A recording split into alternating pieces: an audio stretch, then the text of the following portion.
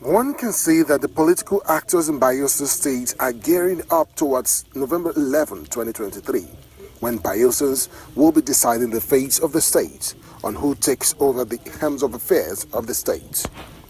Could the incumbent governor, Senator Doyodiri, be given another chance? Will the former governor, Timi Silva, return to the government house, or will it be the breath of fresh air in the state? Bayelsa State is one of the states preparing for off-cycle elections, but it tends to be INEC's first litmus test on integrity after the country's general elections, many of which are still being contested in courts, as well as Nigeria's democratic credentials and its institutions' commitment to promoting democratic sustainability. With 2,224 polling units, 1,058,174 registered voters, and 16 candidates of different political parties, which includes 14 males and 2 females.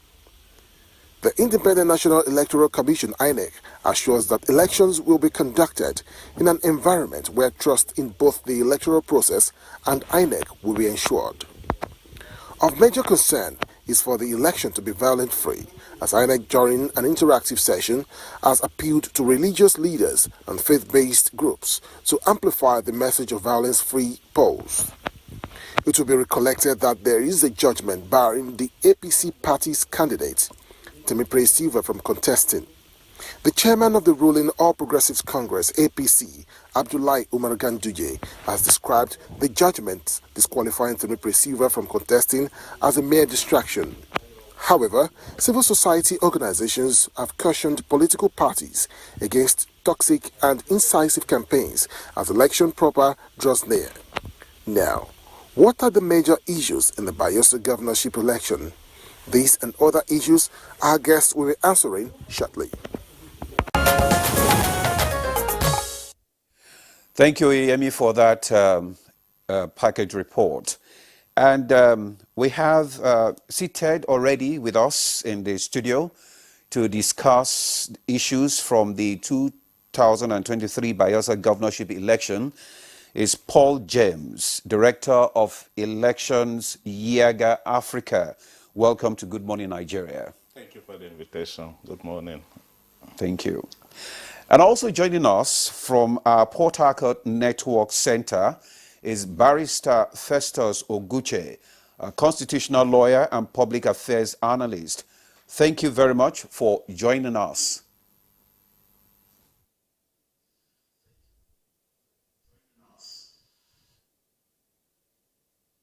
I'm very grateful. Thanks.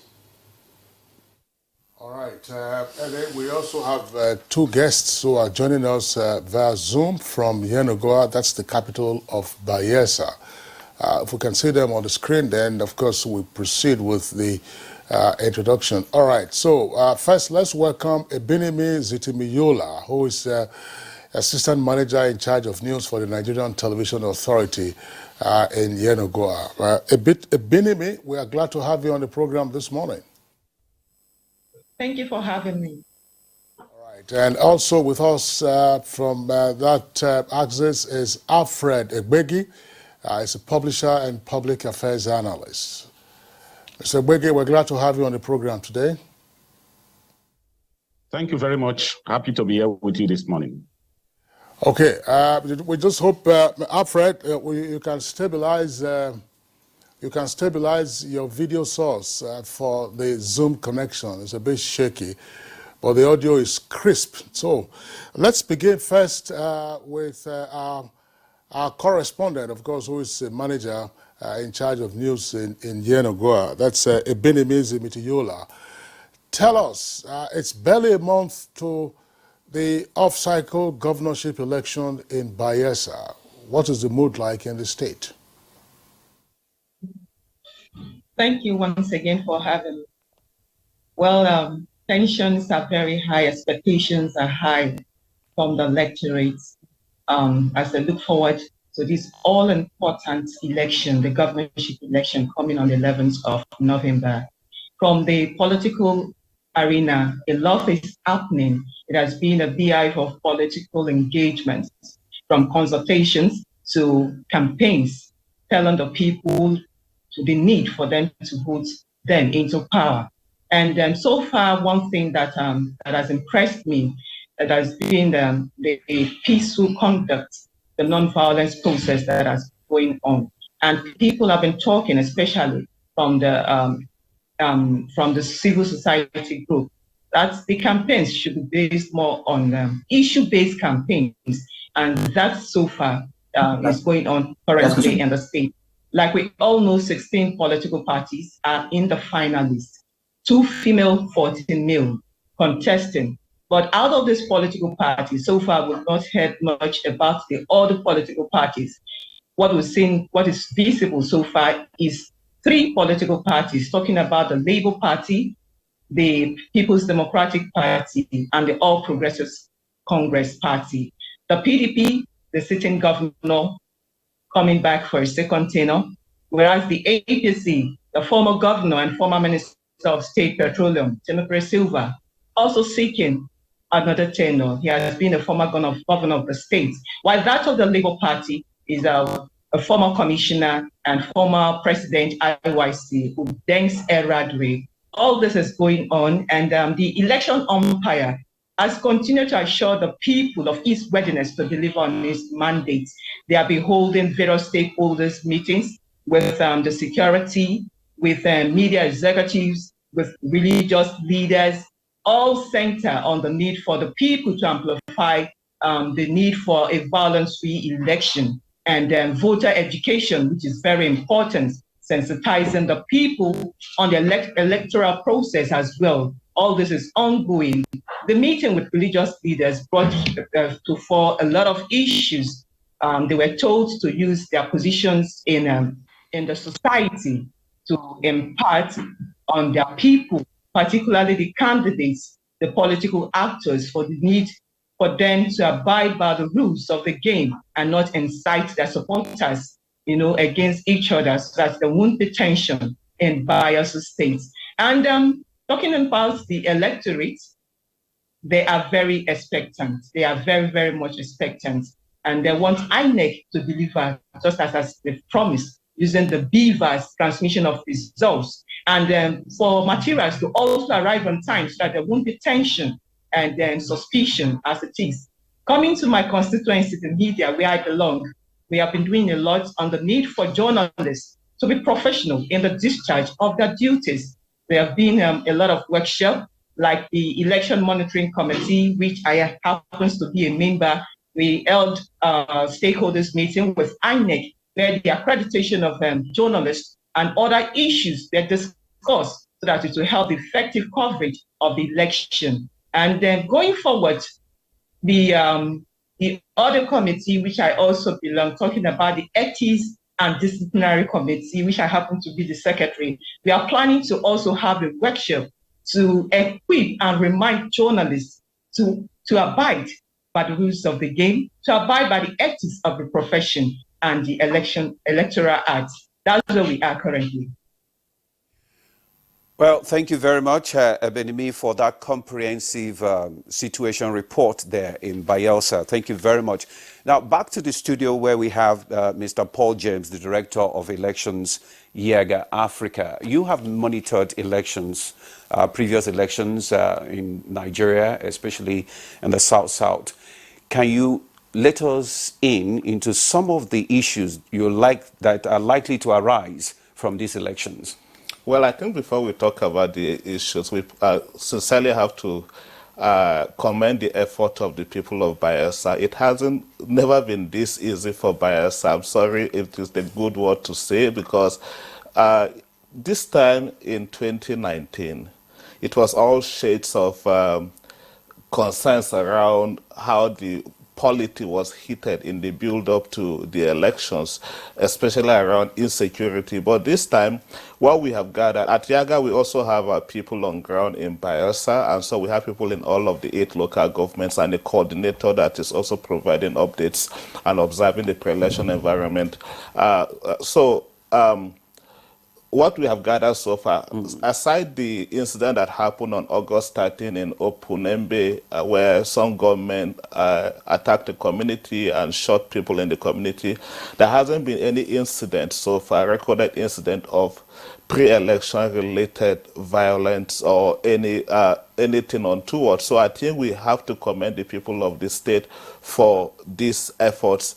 And then going into the election, I think the biggest challenge will be around election administration, flowing from the experience from the March 18th and the February 25th election, and the fact that we thought a lot need to happen to help to rebuild citizens' confidence in the ability of the Commission to manage the process. And I think, again, we have to commend the Commission in Bayelsa especially. There has been a lot of engagements by the Commission in Bayelsa, especially by the Resident Electoral Commissioner, Oboyefanga. He has been very open, very honest with stakeholders, very engaging as far as I know of. And then what might be challenging from them is just how they can improve communication, especially around what to expect. They had mentioned that of the 2,244 polling units, they will be deploying at least 2,400 bimodal voter accreditation system, the BVAS. And then the Resident Electoral Commissioner has also assured that the BVAS will be used, and had also tried to clarify these concerns around the transmission of results. How was that going to happen? Because in some quarters we were hearing in the last week that INEC was going to suspend transmission, it was going to revert to manual and all of that. The simple logic is that there is an online election results viewing portal where INEC is going to take a snapshot of the results at the polling unit and post them on that portal where Nigerians can view. Of course, if you understand the concept of the manual transmission, it just means that there is a form from EC8A that INEC officials will complete at the end of the election. Copies of this form are issued to political party agents, and then at the end, whatever is the outcome of the election at the polling unit is also transferred at the form EC60E, which is posted at the polling unit level for the public to see. So the results from the form EC8A is what the INEC official will take a snapshot and transfer on the BVAS for Nigerians and for everybody that is interested in our elections to see. But again, the major concern I will have around the election is about one of the natural occurrences that have been happening around elections in Bayelsa and how the Commission will manage it this time. As we know, the state is about 70% covered with water, and then the last time what we saw on election day, 2019, was that in the morning of the election, people have to grapple with how to even locate their polling units. Because in the morning of the election, it was discovered, I was in Yenagoa 2019, we discovered in the morning of the election that the Commission had moved some polling units because of flooding concerns. While this is not something that we can predict, we know it could likely happen. It's just for the Commission to provide clear communication around how it intends to manage those challenges when and if they happen this time in the election. Another concern is there is this saying around Bayelsa that he who controls the waters control the election. We know what had happened also in 2019 where some INEC officials were kidnapped, materials were hijacked on high sea, and all of that. So also is the assurance from the security agencies to know the level of effort that they have put in place to ensure that we don't have a repeat of that. At Yaga Africa, what we gathered in 2019, the Commission had 1,804 polling units. This time, with the creation of additional polling units, we're going to have 2,244. Now, what we saw in 2019 is that in about 24% of those polling units, election never held. Of course, for a lot of reasons. At the end also we saw what had happened. So we need the commitment of the Commission and then the commitment of the security agencies to ensure that the polling units are accessible and the people of Bayelsa are able to go out to participate in the process. What might be challenging also is the fact that the Commission had introduced new polling units, like I had mentioned, over 400 new polling units. The problem we saw in the last presidential election was that people still had the challenge of identifying their polling units. So I want to believe that at this point that a lot of efforts have been put in place to communicate where these polling units are located, and also especially for the first-time voters that are able to identify the polling units on time so that are able to go out to vote on election day. Paul James of Yaga Africa, thank you very much there for your initial comments. Let's go over to Barrister Festus Oguche, our regular guest of Good Morning Nigeria, joining us from our Port Harcourt network studios. Of course, that's a neighboring state to Bayelsa. But Chief Festus Oguche, give us a sense of what this election signifies. There are 3 elections taking place on the 11th of November, governorship elections in Imo, Bayelsa, as well as Kogi. But our first attention today is on Bayelsa itself. Now, after, some persons would say the issues around the general elections earlier this year, this is going to be a major test for all stakeholders, more particularly the election management body. But in which context are we seeing the contest coming up on the 11th of November in Bayelsa? Chief Oguche.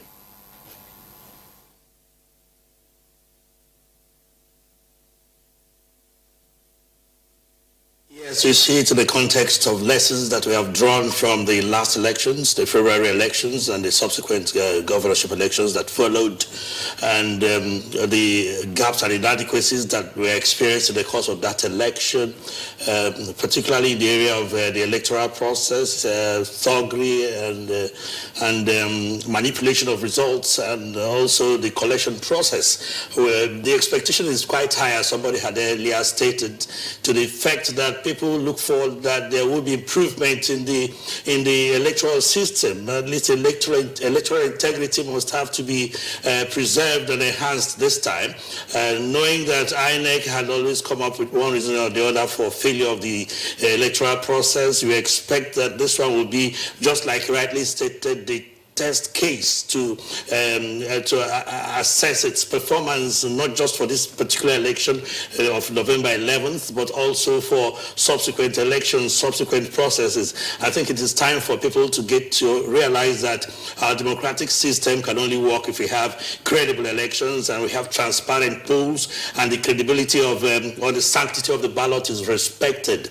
And that is the significance of this election. We look forward to it with every bit of enthusiasm. We very much hope that the level of voter apathy that one had expected, there has been predictions to that effect, will be lowered as much as possible so that people will come out and exercise their franchise. And let's see the extent to which the electoral operators, the umpire, including even the judiciary, will represent the will of the people, which is very, very important. I think the paramount consideration in every electoral process is the ballot, the will of the people. That exercise of that will cannot be subverted, it cannot be manipulated in any way. So we expect that there will be less of electoral haze, electoral siege, electoral bamboozlement, thuggery, and what have you. Bayelsa State is a state that's known for very difficult terrain, so it's going to be a very, very difficult task as far as I'm concerned, not just for INEC, but for the officials and for the voters that are coming out to exercise their franchise. And to that effect, we expect that preparations must have put in top gear to ensure that everything is properly arranged, everything is properly put together, and that election results will be transmitted directly from the polling units. No matter how anybody twists it, it is not yet the law until the Supreme Court tells us that you have to transmit election, that it is at the INEC's discretion to transmit election in any manner they deem fit. Until the INEC makes that pronouncement, I think the Electoral Act is there. The regulations for the conduct of elections, which is the INEC issued its own regulations, which was used for the conduct of the February elections, will also be used in this election. So it is binding that the elections results will be transmitted from the polling units. Anything short of it will raise eyebrows, and we don't want to have people begin to express doubts over the credibility of the process at this early stage, having come from a keenly contested election, but the election that is replete with so much controversy at the presidential level.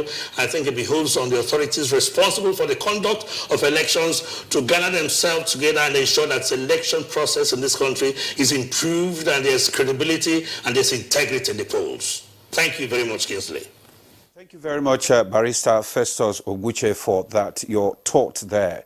Let me go to our guest, Mr. Alfred Egbeji, a publisher and public affairs analyst. if you listened to the situation report by Ebeneme, that the situation is calm, and also that the Independent National Electoral Commission has had interactive session in Yenogwa appealing to religious leaders and faith-based groups to amplify the message of violence-free polls. What role do you think these influencers can play in ensuring that the election is violent-free?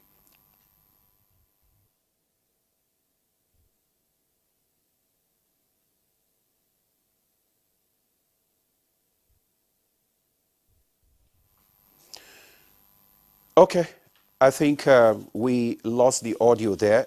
Maybe I'll just throw the question to Mr. Paul James. What role do you think the influencers need to play in ensuring that we have a violence-free polls? I think a very huge role. I had this experience also in 2019 where we carried out some study in the state, and I see the level to which the people respect people they call gatekeepers.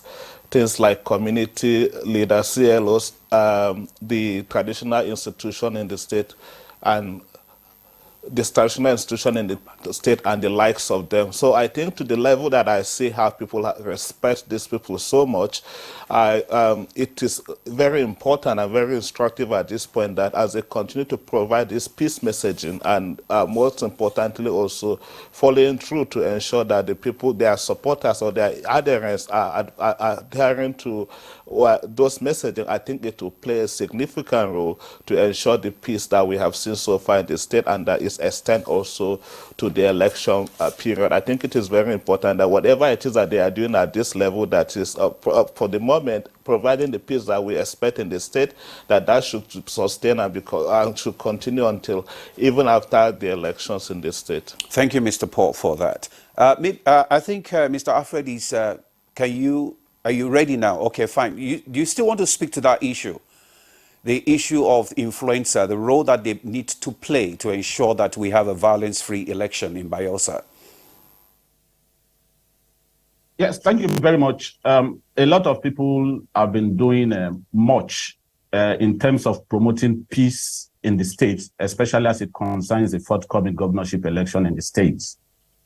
But basically, I think this is much more about Bayelsa people maintaining the peace themselves so that the state will not experience the hitherto political heats and tension that they have experienced in the past, like the one in 2019 where quite a lot of things happened. Bayelsans know particularly the major ones and their parties too. And people are more themselves indeed. I also want to appreciate the role that these influencers you are talking about are playing. Much more publicity is going on. People are talking about the need for a conducive atmosphere for the elections to take place.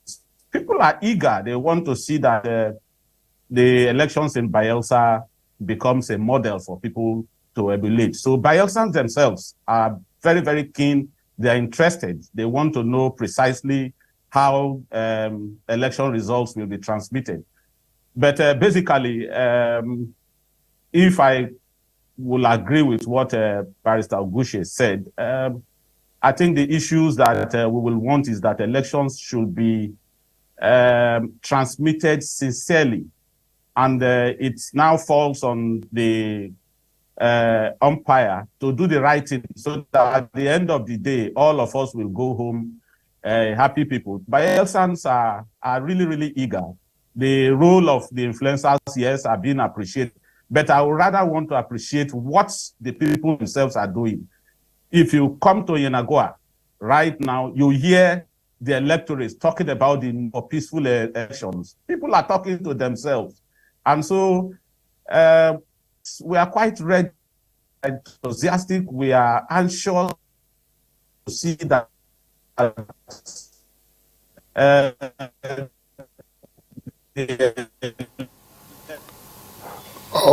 Alfred, sorry, it looks like low bandwidth has crept in into your connection.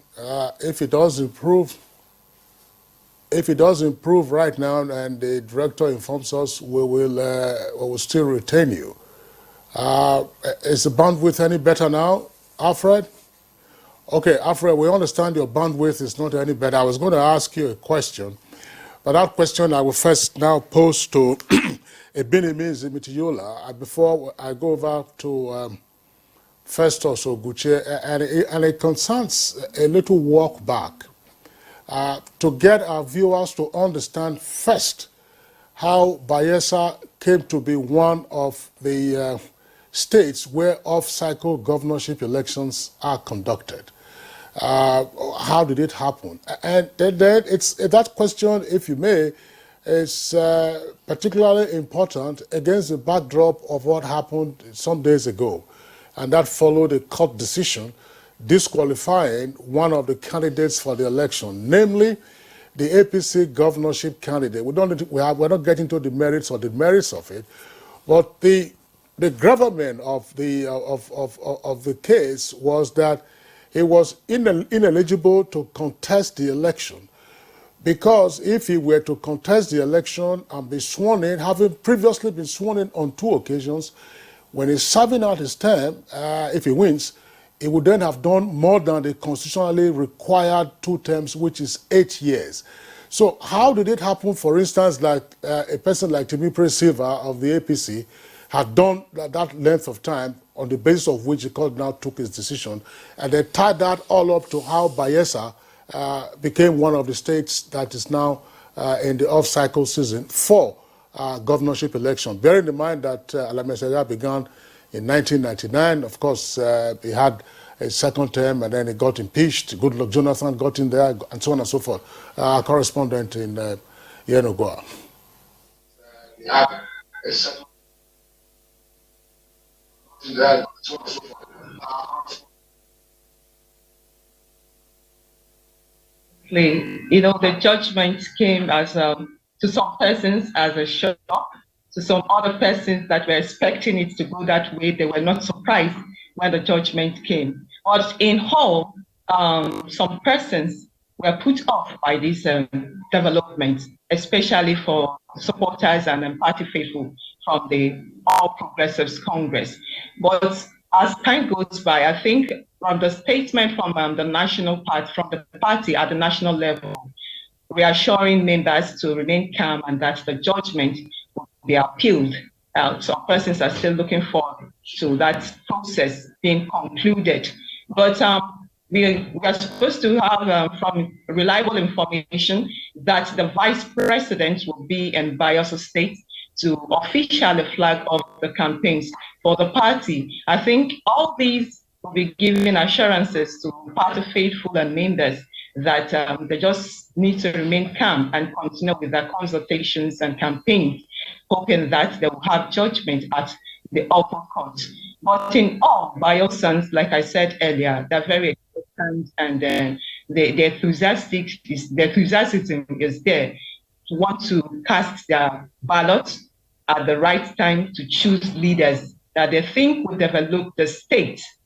Like you rightly said, the All Progressives Congress candidate, Chief Timipre Silva, has been governor in Bayelsa State for a tenure, and he was in his 5th year when what happened that period, and he did not conclude that. But we'll leave that for the courts to decide, because the matter is already in court. But we just hope that any way it goes, some will benefit, others will not benefit. But in whole, we want a peaceful process here in Bayelsa State, as those that are interested in the process. Ebinimi, thank you very much. Unfortunately, we understand that the connection to Alfred is not being restored because his bandwidth remains low. Let me go over to Barrister Festus Oguche. Of course, he's a constitutional lawyer. Again, just to get our viewers to understand what's happening. We're not getting into the details of the decision or the merits of it and so on and so forth. Just to say, how did it happen, for instance, that Timipre Silva, of course, was into his second term and then he got out and so on and so forth, so that our viewers can have a clearer understanding of what's playing out in the state.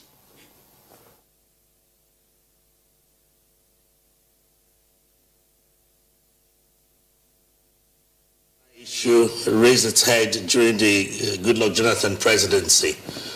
And the constitutional implications are very straightforward. But like you said, we may not go into the nitty-gritty of it for the simple reason that I understand that there is an appeal. There are a series of precedents that are already set by the U.S. Supreme Court on that kind of situation.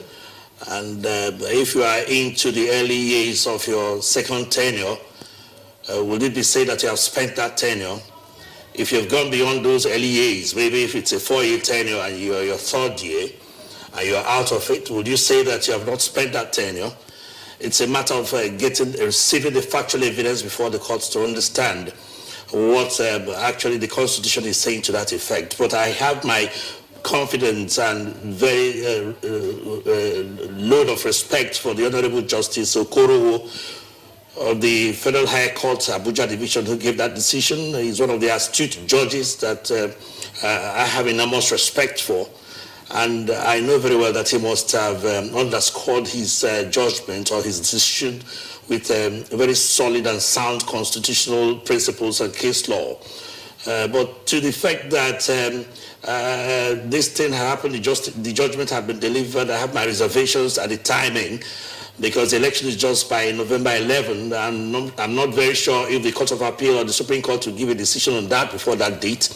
Adequate preparation ought to have been done to ensure that these things are taken care of, and the court's judicial process is terminated just before the election, so that the candidate will know his fate. If before that election, before November 11th, the decision is not yet out, because considering the process of compiling records and having them transmitted to the Court of Appeal, to the Supreme Court and all that, it will take quite some time. If it's not decided what will be his fate, if after 11th November, the court decides in his favor.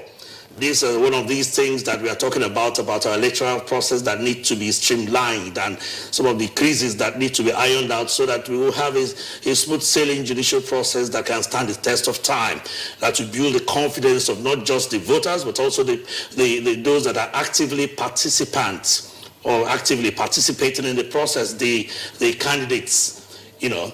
But to the extent that I understand, it's something that the courts, it's a mystery that the courts will resolve, they will unravel, and we get to have our jurisprudence added to it, that, well, this is what this law says to this effect, hoping also that the judiciary will deliver on its mandate on some of these very vital issues that will define our constitutional principles and democratic tradition.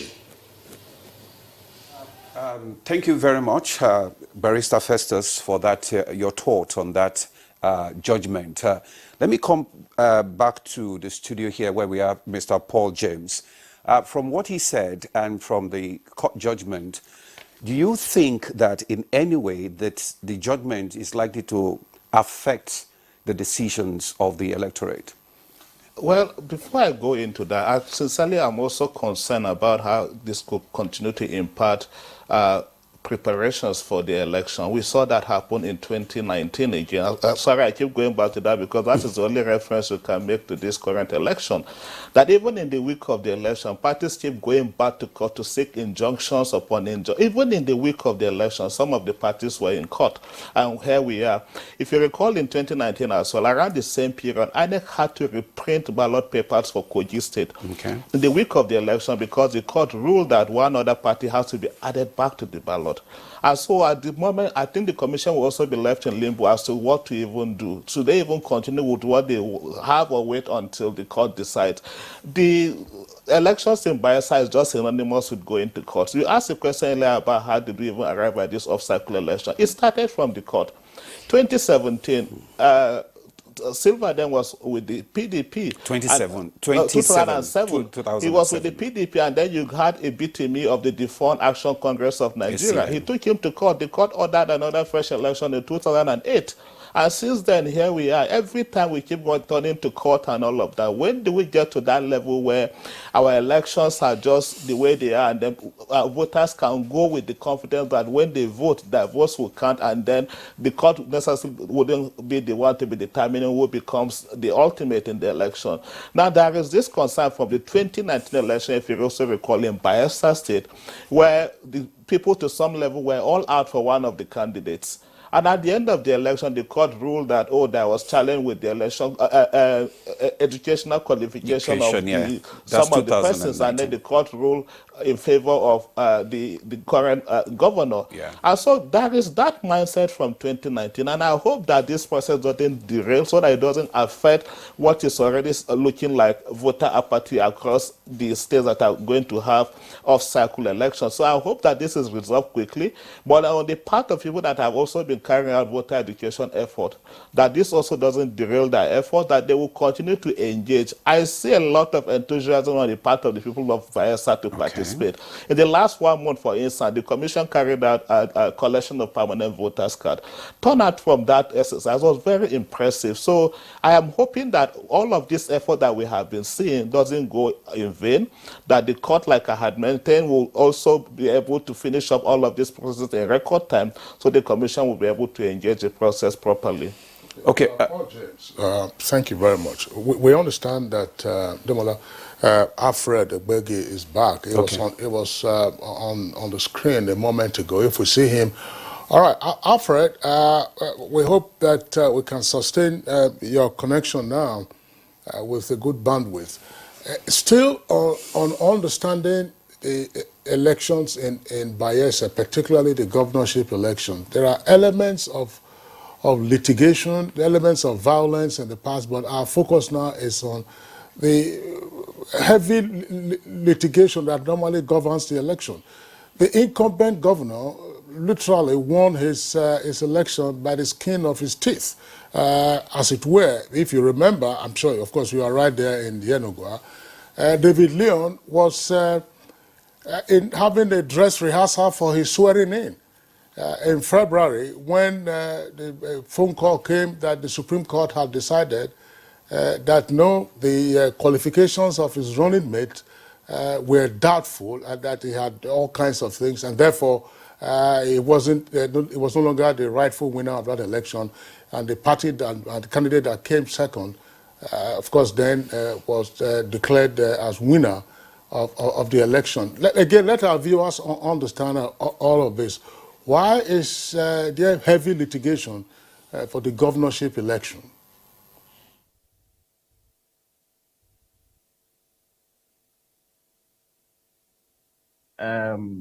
People, especially politics in our line here, where the way I understand it is about people going for each other's jugular when it comes to doing anything for you to win the election. And I believe that it is all part of that process. It is not just applicable to Bayelsa alone, it's everywhere. This issue of litigation, yes, if you find anything against your opponent and you think that there is need for judicial interpretation, I think that is what is going on, and applicable to Bayelsa alone. But with what happened recently concerning the APC governorship candidates, I think it has become a thing of discussion in Bayelsa State. People are debating it. For me, I'm not a legal expert. The judge has given his judgment, and we hope that Timipre Silva will appeal and then come out with something before the election. But whichever way it is, Bayelsa is quite calm. That is the most important thing. I'm very happy about that. The state is calm, and this is because the crop of leaders that we have who are contesting atmosphere in the state, they are also doing their best to make sure that they bring down the tempo of political tension here. You know, in all, it is okay with us. We are all right, and we hope that the umpire do the needful. That is the most important thing. They do the needful. So that well, Alfred, it looks like your bandwidth is still pretty low. Perhaps we'll get our engineers to sort out with you an alternative means of your getting in touch with us, perhaps by telephone. That will help so that we can also get your contributions to this conversation.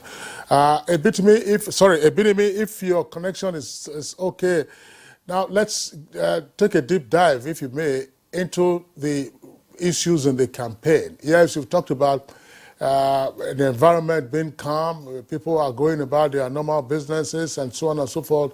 Influencers are also doing their work. But what issues are on the front burner in this election in Bayelsa? Namely, what is... Ebenemi, are you still there? All right, Ebenemi, so what are the issues? What are the campaign issues? What are the meat issues that voters are talking about, and what are the ones that the vote seekers are also trying to sell to the voters?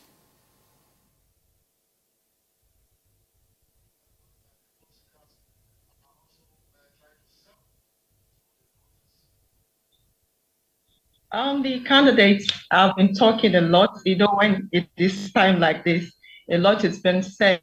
And what the other thing is, one is to say what you intend to do for the people.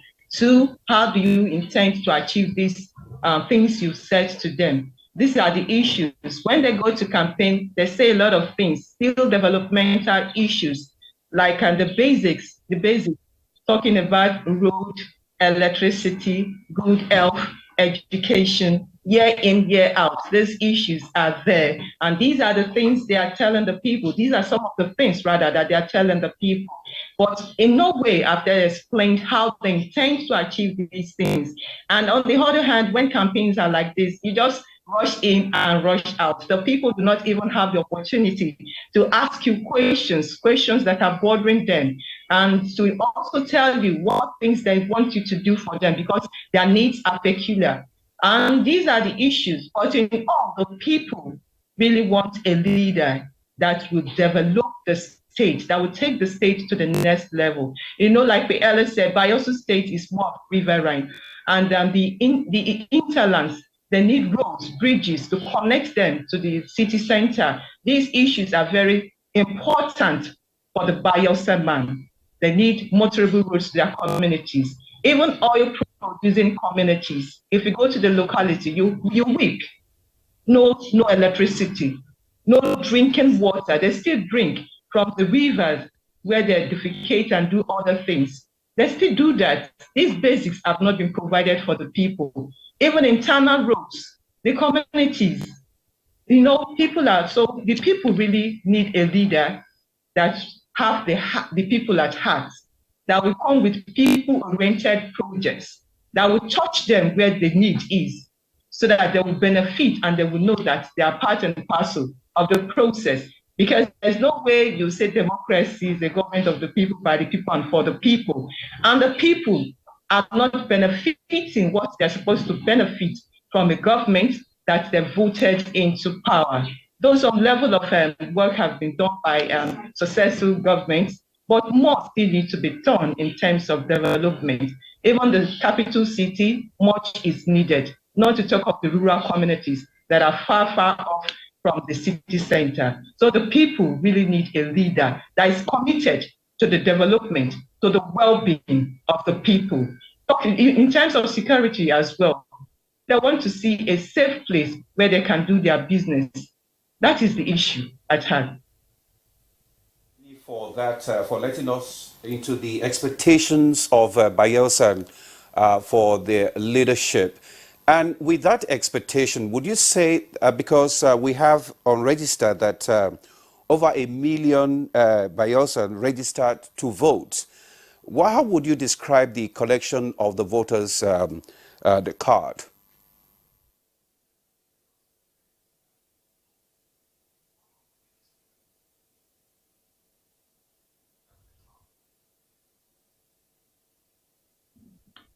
Okay, before the continuous continuous collection of the PVCs. INEC had told us that over 80% had been collected during the presidential election. But with opportunity given to people that were yet to collect their PVCs, some persons still go there. But other issues have been the issue of multiple registration, and maybe possibly some persons are no longer in the state. So some of those cars are still lying there. So we would not want to say all the cars that are there if the owners are still here or if they've not gone there to collect. But in all, appreciable number of persons have collected their PVCs, and they are optimistic that they want to use their PVC to vote the candidate of their choice. Thank you, Ebonimi. We will come to Mr. Paul James just after the break. Stay with us.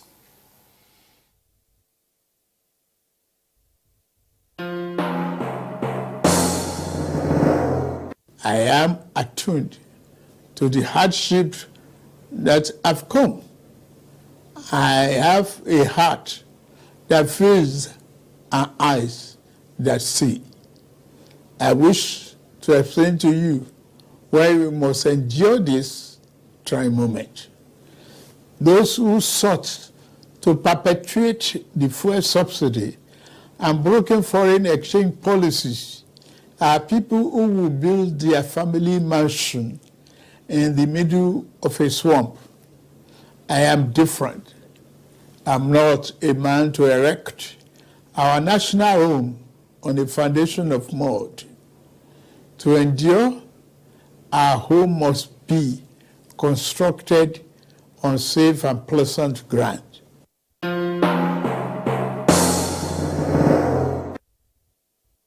Something new is about to hit your imagination of TV. A brand new sundial with StarTime's inbuilt technology. New TV innovation with an inbuilt decoder that connects you to both StarTime's antenna and satellite signal. StarTime Sundial TV, you can enjoy over 300 local and international channels, 1 month StarTime's highest bouquet for free, automatic system update. More benefits, more affordable.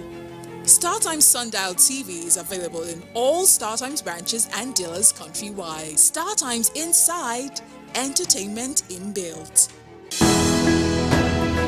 The counsel of our fathers. My advice to these young people is please do not take us back to those harrowing days. You probably do not know what it is. Nigerian youths, let's build our nation together.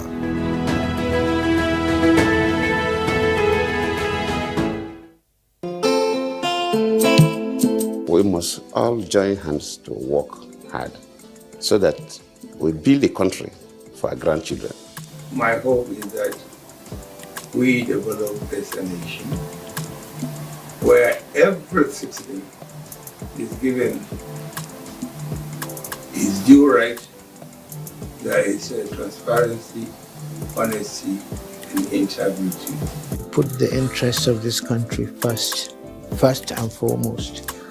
Interest of Nigeria is being one nation, one people. The need, if I mean, to put things right, things that have gone wrong before, to try and put right,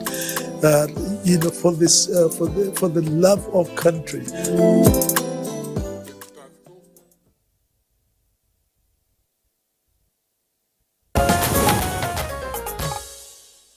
Welcome back. It's still Good Morning Nigeria on the network service of the Nigerian Television Authority. Let's return to Alfred Egbegi via Zoom in Yenagoa. Alfred, we asked our colleague a question earlier as to the campaign issues in the upcoming governorship election in Bayelsa. From your own point of view, what are those front burner issues and how well the candidates, 16 of them we understand, but only 3 of them are prominent. How well are they focusing on these issues? We are a state and we know ourselves as a people. we have also seen this, what they will do, what they will not do, and we indeed know those who are doing and those who will not do. And so the campaign issues are very, very straight. When you talk to me, because I know you, you cannot convince me that what you are saying is true. Or because I know you, I know that what you are saying is what you will do. And so the issues here, the campaign issues, those issues they are raising are not issues that are new to us. We are used to them, they know us. They know the state, they know the people. And so, well, they are saying, we will do this, we will do that. We know what they are saying. The issues that they are saying, the people of the state knows. So we don't see anything new that they are saying, but basically, because they must always say something, the people listen to them. But I'm sure that on that day, the only thing that I'm going to plead with Nigerians is to ensure that the umpire do the right thing by delivering the votes, the actual votes of the people, so that they will be able to vote those who they want. Take, for instance, the 2019 election. You saw the way it went. The people actually spoke. But maybe because of other legal issues that came up later, you know, and right now, the people are ready to speak again. It is not what they are telling the people, but precisely what the people are ready to tell them. That is what is. We know the three of them that are the major contenders. We know the antecedents, and we know those who are telling us what they will do, and we also know those who are just trying to, you know, bamboozle the people to vote for them. Then they come into power and do whatever they want to do. So we know, and the issues being raised are not new to any person. What they are saying are also not new to any person. We know ourselves. That is as much I can say. Alfred, I'm not trying to pursue this beyond any decent limit. What you say, they are talking about issues. Perhaps this is just a woolly campaign or something. What are those issues that they are talking about, and what issues are of concern to the voters? This is the issue. If you are coming to campaign in Bayelsa, you have to discuss environmental issues. You have to discuss about roads concerning roads that are leading to our rural communities. You have to talk about infrastructural development. And these things are not new to the people.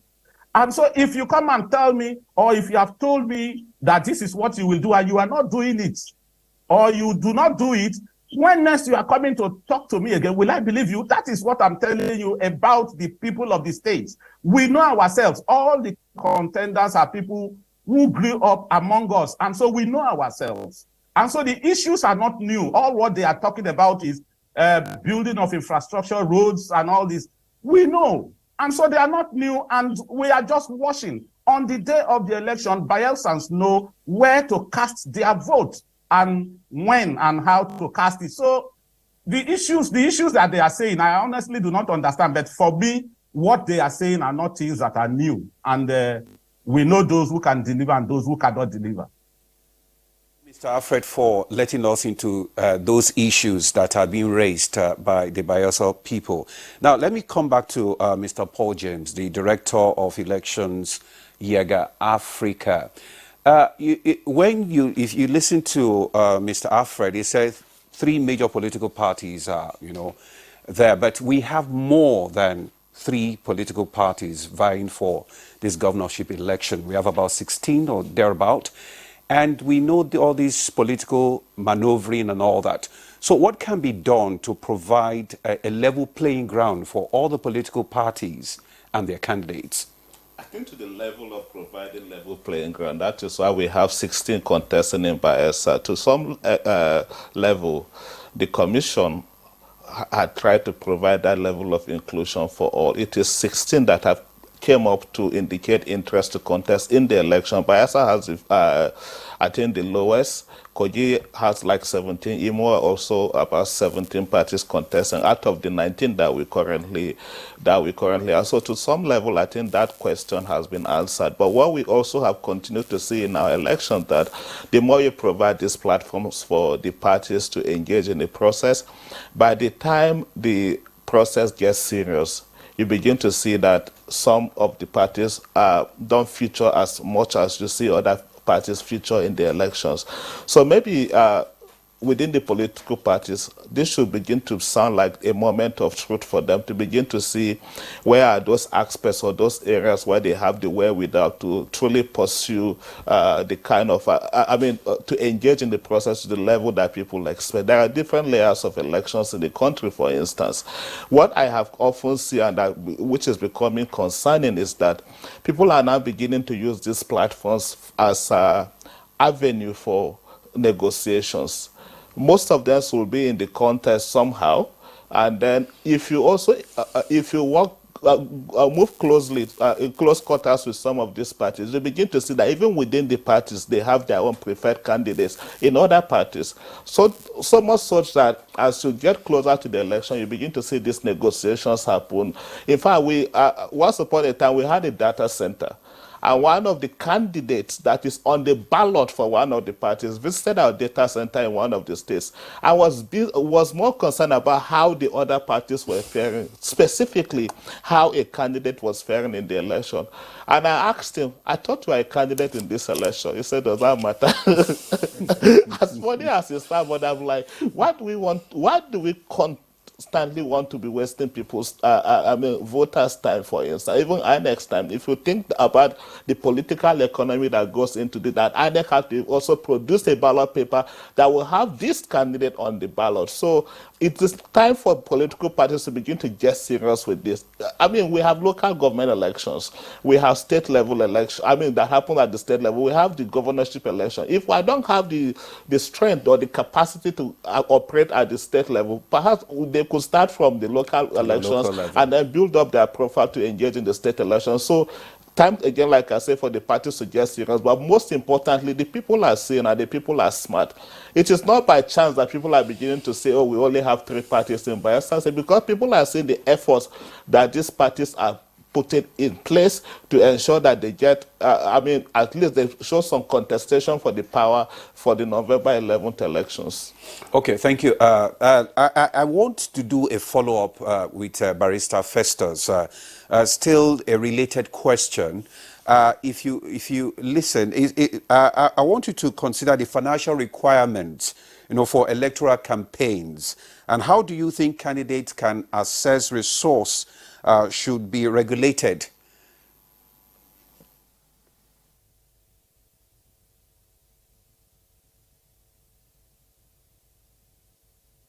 These are provided in the Electoral Act. Of course, election is quite expensive, particularly in our climate where regulation is not very strict. And the issue of finance could be very elusive if you don't have the base and support to push yourself forward.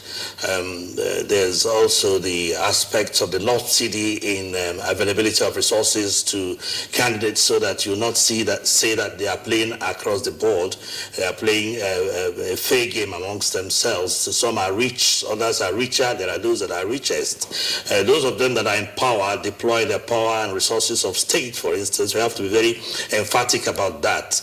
And it's no shying away from the fact that those of them in authority, those of them in official positions use the resources of the state for themselves for purposes of election. We are yet to have serious checks on that. And those that are coming from the private perspective may not be able to catch up with that. The issue is seriously about decreasing the level of finance usage in elections and making it more of an exercise that is free of or dead of any influence as much as possible. The Electoral Act provides amply for that. I have a lot of sympathy for those of them who are in the sidelines. Apparently, that's why they don't usually show up. The gentleman there in the studio talked about one man who is just there. A lot of them are opportunists who just want to test the ground. Some of them are just there to have their names on the ballot boxes. A lot of them. Funding is very, very important to those of them who cannot gear up. And I know there is a special fund that is meant for political parties. Some of them just get in there to see how they can collect that one. It's not that they have any serious expression of aspirations, you know, in that wise. It's quite a problem, really. And that is why we are talking about, in spite of the fact that the 2021 Electoral Act has come to be, there's still room for more serious reforms, vigorous reforms within the Electoral Act itself, so as to, as much as possible, stymie the use of funds, the access of funds by those in political power, the extent to which state funds can be used for the availability of those who do not have enough resources to push their agenda through, you know, by getting through with the electoral process. I think it's very important there. Thank you very much. Thank you very much, Chief Festus Oguche. Now back to Ebenimi in Yenagoa via Zoom. An outsider would imagine, for instance, that perhaps Bayelsa is mono-ethnic. That's to say, a single ethnic group is everybody is on a jaw. Likely, that's what I'm saying. That could be a presumption. In this election, is zoning likely a factor?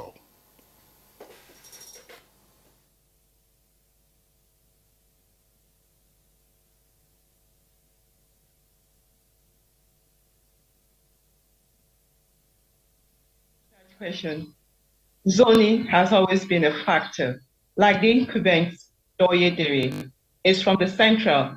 The Labour Party candidate is also from the central, while the APC candidate, Chief Timothy Silva, is from the east.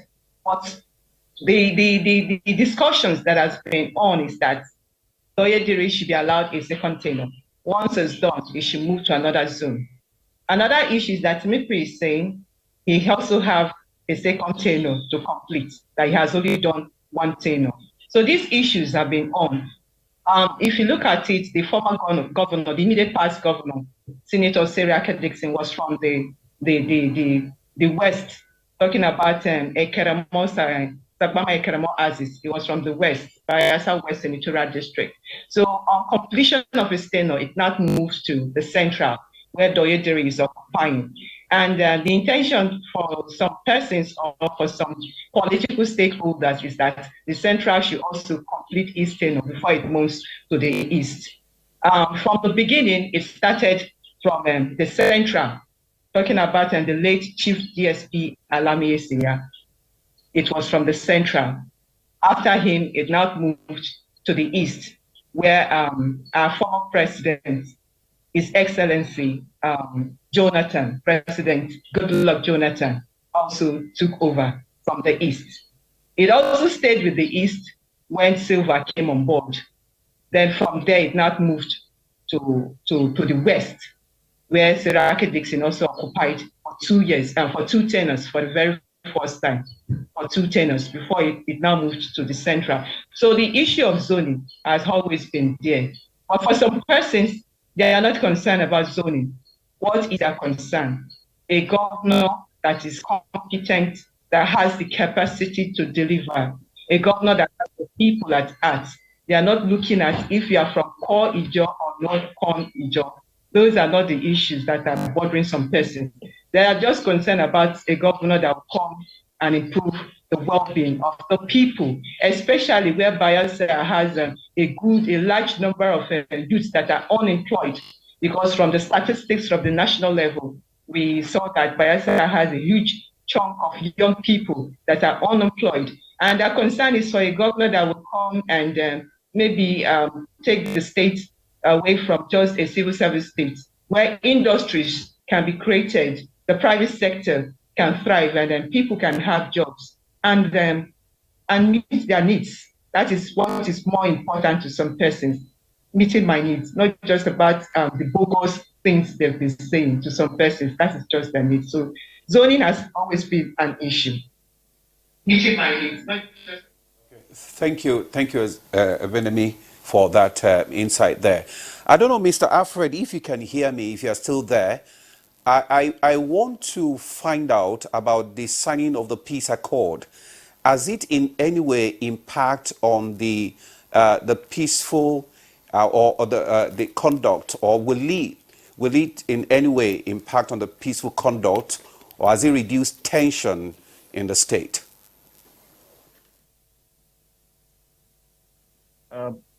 These peace accords have always been signed. But these things only work when the people concerned are directly involved one way or the other in terms of maintaining the peace. But in this case, Bayelsa is peaceful because the leaders involved are people who have actually been involved in governance before, and they know what violence means. So I'm very, very sure they are de-emphasizing on violence. And so the people themselves also have their stake this time. The majority of Bayelsans have also decided who they are going to vote for. And so people are just being patient, waiting on that day that they will vote. And so, yes, they signed peace accords, and I want to believe that that accord is also playing its role. But the peace that we are experiencing in Bayelsa is basically because of the decision of the Bayelsa people, to take their destiny into their hands by voting. And I want to use this opportunity to plead with Nigerians, please, all eyes should be on the umpire to do the right thing so that Bayelsa will become a model for what an election in the country should be. That is much I can tell you. Thank you. Okay, Alfred Egbege, thank you very much. Before we go to Festus Oguche, I want to come back to Paul James. Paul James of Yaga Africa, you have some of your monitors in Bayelsa at the moment. What feedback are you getting, for instance, with respect to media access for all the candidates in the lead up to the election? I think it's not far off from what your correspondent also in the state have been saying, that to some level, there has been that level of access for all the stakeholders that are participating in the election, some level of playing ground for the stakeholders. And like Alfred had also maintained, maybe for the sake of experience already in governance and issues of governance, we have seen some level of maturity in the way the candidates are engaging, and also in the way and manner that the ruling party in the state is also allowing that access to other parties. If you have followed the news in recent months concerning things around signage and all of that, it was only an issue in Kogi and in Bayelsa and in Imo State, and not necessarily in Bayelsa State. So there have been some maturity that have been shown so far in the state. And then again, I think it's also from experience and also from the exposure of all of the parties and candidates that are contesting in the election, and that is highly, highly commendable.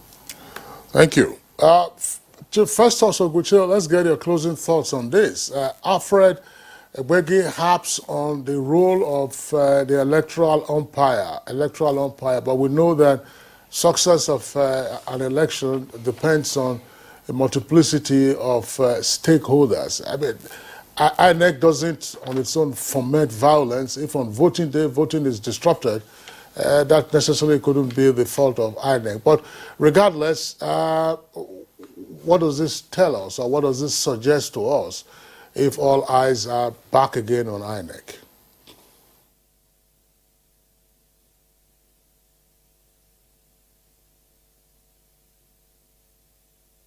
Well, somebody has raised concern about a level playing ground for all the candidates, which I don't envisage. Some of them are looked at as miniature political parties or miniature candidates who do not stand any chance, but they are also candidates, but it doesn't matter. INEC is the foremost body that should have our deep concerns. We should, hold our deep concerns on in any electoral process, because the whole thing hovers around the capacity of the body to deliver on its mandates to conduct free, fair, credible polls. Unfortunately, I have a single opinion about it, that INEC has not performed creditably well over the past years, and there are so many gaps and inadequacies, some not the fault of the INEC, like you pointed out, some the fact of roguery and thuggery and the desperation of the political elites and so many other factors that come into play. But if INEC stands solidly and stoutly on its mandates for the conduct, to ensure that elections processes are conducted with every dint of transparency, I don't think these other factors will come in. I don't also think people will now begin to rush to courts to seek for interpretation or to seek for adjudication on post-electoral adjudication. Because if you know you lost through the process and you are very convinced that you lost, you lose gallantly. If you know you won gallantly. But you have all these spate of litigations. One time we discussed it here on this forum. The bogus, the high level of cases, that the election petitions that go to the courts and how they bog the court down. I think INEC is responsible for that. If you conduct free, fair, credible elections, everybody will stay in his houses. Most elections in Europe, you find out at the end of the electoral process, very few cases go on post-election adjudication. A lot of things are involved. We also talk about the judiciary, because we also have a system where the people will cast their vote and somebody else is made the winner. He could lose at the polls and he goes to the courts, and the courts will declare a winner and all that. And these are part of the issues that had to be streamlined. When they were talking about electoral reforms, I was also making a case for judicial reforms. But then for this one, INEC is fully responsible because it has that mandate, and the mandate is one that it must deliver on transparent polls, on the sustenance of democracy, on the upholding of the principles of constitutionalism, which is the big bedrock of our democratic system. But if INEC loses out in that particular mandate, then of course people begin to ask questions and issues begin to rev up about the entire significance of the democracy itself. We may not have any better system than it, but then if you have a process that takes us to that place, it must be done on very clear and correct grounds to achieve the aim that is meant to attain. As far as I'm concerned, the effect of whatever this election will present is what will give the population, not just of Bayelsa people, but Nigerians, of the extent to which INEC has corrected its flaws, its inadequacies for future elections. See what is going on in Kogi State, for instance, and nobody appeared to be addressing it. The spate of violence, the level of killings, destruction, because people want to get into political office. So some of these things are not basically INEC's problems, but INEC has a good role to play, considering the powers it has, both under the Constitution and the Electoral Act, to ensure that there's credibility at the polls and there's sanctity of the ballot. Thank you very much, Barrister Festus Ogbuche, for that robust contribution. And before we go, I just want Ebenimi to just chip in one or two words concerning the preparation of the media for the coverage of this election, and in particular, the NTA. How ready are you?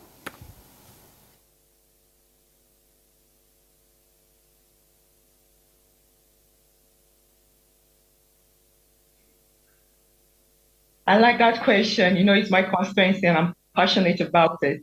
Well, the media have been doing a lot in terms of preparations. Media executives, like I told you earlier, have met with INEC, and discussions have been concluded. But for the NTA, trust us now, we are ready, fully ready to be, and we are always professional in the discharge of our duty to give effective coverage of the election and credible reportage. But very quickly, I would like politicians to abide by the rules so that they will create the enabling environment for the electorate to exercise their franchise without fear or molestation. For INEC, they should be proactive with information where they are having issues, they should quickly respond to that so that they will not create unnecessary tension and suspicion, taking into heart the peculiar terrain of Bayelsa State, so that our materials should arrive polling units on time for the people to exercise their franchise. Also, very quickly, security agencies, they should be professional as well. And for us, the journalists covering the election, we've always promised and assured that we'll be professional and we'll uphold the ethics of the profession. But one thing is that the security agencies should not please restrict our movement, because the nature of our job, we need to move from point to point.